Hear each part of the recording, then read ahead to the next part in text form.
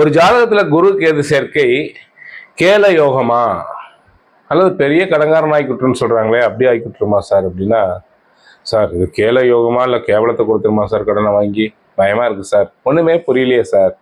ஒன்று யோகம்னு சொல்றீங்க, ஒரு இடத்துல தோஷம்னு சொல்றீங்க, இது என்ன சார் சொல்றது? கேட்டபோது கடன் கிடைக்குங்கிறாங்க.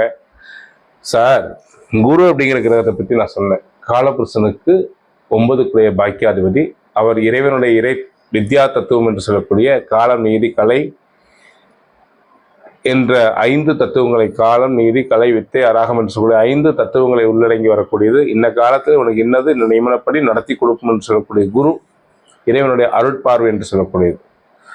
கேது அப்படிங்கிறது கடனுக்கு அதிபதியும் கேதுதான், வறுமைக்கு அதிபதியும் கேதுதான், நியாயத்துக்கு அதிபதியும் கேதுதான், சத்தியத்துக்கு அதிபதியும் கேதுதான், சத்தியம் மாறாமல் உண்மை வழியில் செல்லக்கூடியது கேதுதான், எதையும் நேர் வழியில் பெறணும்னு சொல்லக்கூடியது கேதுதான். அப்போ இவங்க எப்பவுமே நம்பிக்கைக்குரியவங்களா இருப்பாங்க. குரு கேது சேரும்போது நாணயஸ்தர்களா இருப்பாங்க, ஒழுக்கவான்களா இருப்பாங்க, சொன்னது சொன்னபடி நடந்துக்குவாங்க, வாக்கு தவற மாட்டாங்க. அப்படிங்கிற பேர் வரும்போது சின்ன அண்ணன் தம்பி எல்லாம் மச்சன் இருந்தாங்க, எழுபத்த பணம் 1,00,000 இருக்கு, இருந்தாங்க வச்சிருங்க, அவர்கிட்ட இருந்தா வேணுங்கிற போது வாங்கிக்கலாமையா, இப்படி கொண்டாந்து வலிய கொண்டாந்து கேட்ட போதெல்லாம் நம்ம கேட்காமலே கிடைக்கும். சொந்த பந்தத்துக்குள்ள பாத்தீங்கன்னா, ஒரு தொழில் செய்யற அப்படின்னா நீங்க கம்மியான வட்டி கொடுத்தாலும் பரவாயில்ல, இருந்தாங்க நீங்க வச்சிருங்க, பேங்க்ல ஓட்ட என்ன தரா, பேங்க்ல ஒண்ணும் தர மாட்டேங்கிறான், இருந்தா நீங்க வச்சிருங்க அப்படிங்கிற பேர்ல இவர்கிட்ட இருந்தா எப்ப வேணாலும் வாங்கிக்கலாம் சொன்னும் போது கொடுத்துருவார். ஒரு அவருடைய கட்டுக்குள்ள இருக்கிறவர்கள் அந்த பணத்தை கொடுத்துருவார். ஒரு அளவுக்குள்ள கடன் இருக்கிறவர்கள் கொடுத்துருவார். அளவுக்கு மீறி போகும்போதுதான் பிரச்சனை கொடுத்துருது. இப்படி வலிய பணம் வருது கேட்கும் போதெல்லாம், கேட்காமலே கூட சில சமயம் வருது.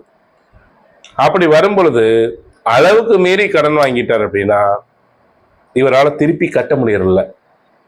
அது 6, 8, 12 குருகேது சேர்க்கையோ, குருகேது சேர்க்கையில கூட சனி பகவானுடைய பார்வையோ, இல்ல 6, 8, 12 அப்படின்னு சொல்லக்கூடிய அதிபதியுடைய நட்சத்திரத்திலையோ இருக்கும் பொழுது இந்த குருகேது சேர்க்கை பெரிய கடன்களுடைய விட்டுறது, கட்ட முடியாம போயிருது, தொழில் நஷ்டமாயிருது, நம்பி ஏமாந்துடுறாங்க. இவங்க ஒருத்தர் பணத்தை கொடுத்து நம்பி ஏமாந்துடுறாங்க. இவங்க மொத்தமா வாங்கி இன்னொருத்தருக்கு தொழில போடுறன்னு போட்டு ஏமாந்துடுறாங்க. அவங்க ஏமாத்திட்டு போயிடுறாங்க. ஏமாந்து இவங்களால வாங்கின கொடுக்க முடியாத சில தற்கொலை நிலைக்கு கூட கொண்டு போய் விட்டுறது. கேது தற்கொலை தூண்டு கிரகம். சொன்ன வாக்கே போயிடுச்சு, காப்பாற்ற முடியல, இனிமேல் நம்ம உயிரோட இருந்த என்ன அப்படிங்கிற அளவுக்கு கொண்டு போயிருது. குடும்பத்தை சிதைத்து விடுது. குரு சேர்க்கை குடும்பத்துல பலருக்கு இருந்ததுன்னா அந்த குடும்பமே கடன்ல பெரும் சொத்தெல்லாம் அழிஞ்சிருது. ஜாக்கிரதையா இருக்கணும்.